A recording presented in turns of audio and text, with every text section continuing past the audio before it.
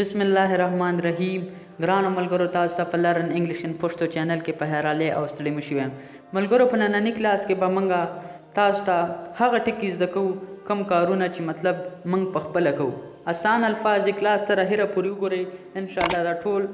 ټکي به تاسو ته په اسانه طریقې سره یاد شي get dress کپڑے اچول ته په انګلیش کې وایي get dress come here ویښته ګمنځول ته وایي come here make breakfast ناشته تیارول ته په انګلیش کې وایي make breakfast ناشته تیارول get up پاسېدل turn off بندول یو شی چې موږ بندو هغه ته په انګلیش کې وایي turn off take a shower لامبل ته په انګلیش کې وایي take a shower یا take a bath هم ورته په انګلیش کې موږ ویلی شو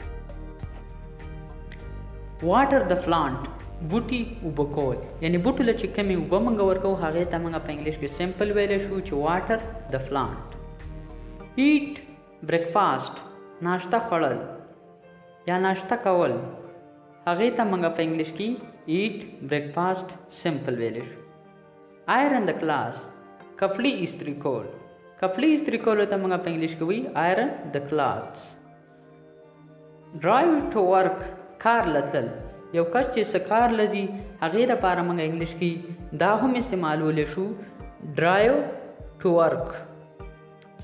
gossip ګپ شپ موږ چې خپل منځ کې کم ګپ شپ لګو هغې ته په انګلیش کې وایي gossip go shopping لتل یعنی هر څه اخیستل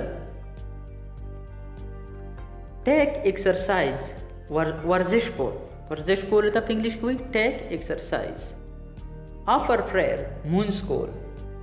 کول ته په انګلیش کې وایي offer prayer take rest آرام کول ته په انګلیش کې وایي take rest ملګرو دا زموږ نننی کلاس چې په دې کلاس کې موږ تاسو ته هغه ټکي وښوده کوم چې موږ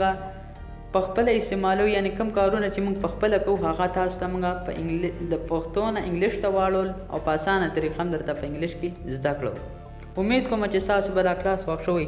ملګرو زموږ دا ویډیو لایک کړئ چینل سبسکرایب کړئ او بیل آیکن هم پې ووهئ ځکه چې د انګلیسۍ د زده کولو لپاره به تاسو ته د دې چینل نه